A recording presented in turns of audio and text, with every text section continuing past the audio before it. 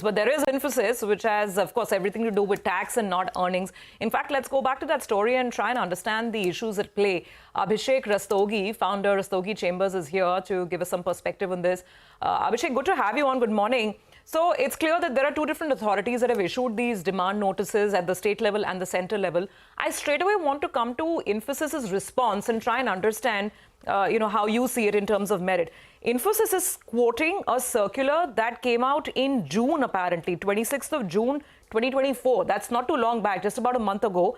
And apparently that circular, which came out from CBIC, says that services provided by the overseas branches to an Indian entity are not subject to GST. Your thoughts?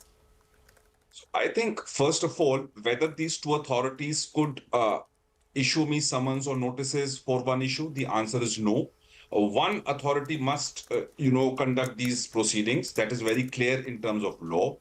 The problem today is that the import and the exports, which must ideally be treated as mirror images, the export of services very categorically provides for distinct persons, and it says that the service provider and the service receiver should not be merely a distinct establishment, must not be an establishment of a distinct person.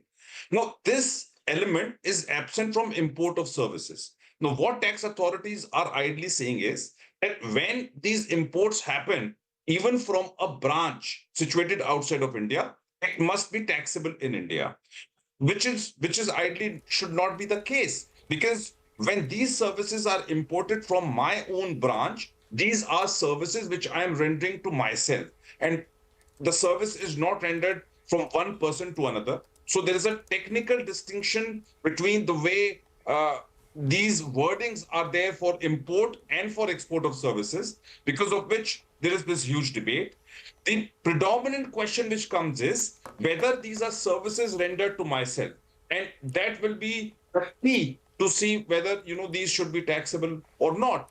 Now, coming on to the circular which you mentioned, that circular has clarified with respect to transactions between the branches, but unfortunately that circular is not for import of services. That circular 210 is more or less from the perspective of what must be the invoicing, etc. requirements when the transactions is between the branches, and these branches are situated in India. Okay, so you're saying that, from everything that you say, that there seems to be enough evidence that's supporting Infosys's argument, because it boils down to whether the import of services is happening to myself, my own entity, or to another entity. Abhishek, how do you expect this to play out? From what you say, this sounds like it's going down the legal route. So what would the next logical steps be? And in these cases, typically, do companies, do they need to make a provision for the demand in question, which is a large sum here? I think that's a very fine question. They will have to create some sort of a provision. And why I say that is because whosoever wins at the initial stage, the matter will go up.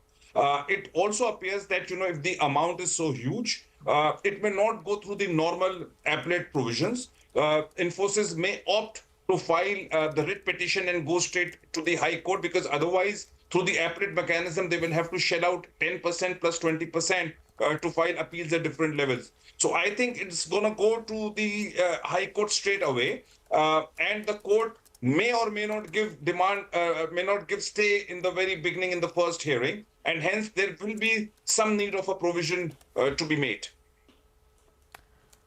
Okay. All right. Unfortunately, we're a little short on time, but we will have you back. This requires, of course, a more nuanced discussion. But thank you. That's helpful. An immediate heads up on how this may proceed.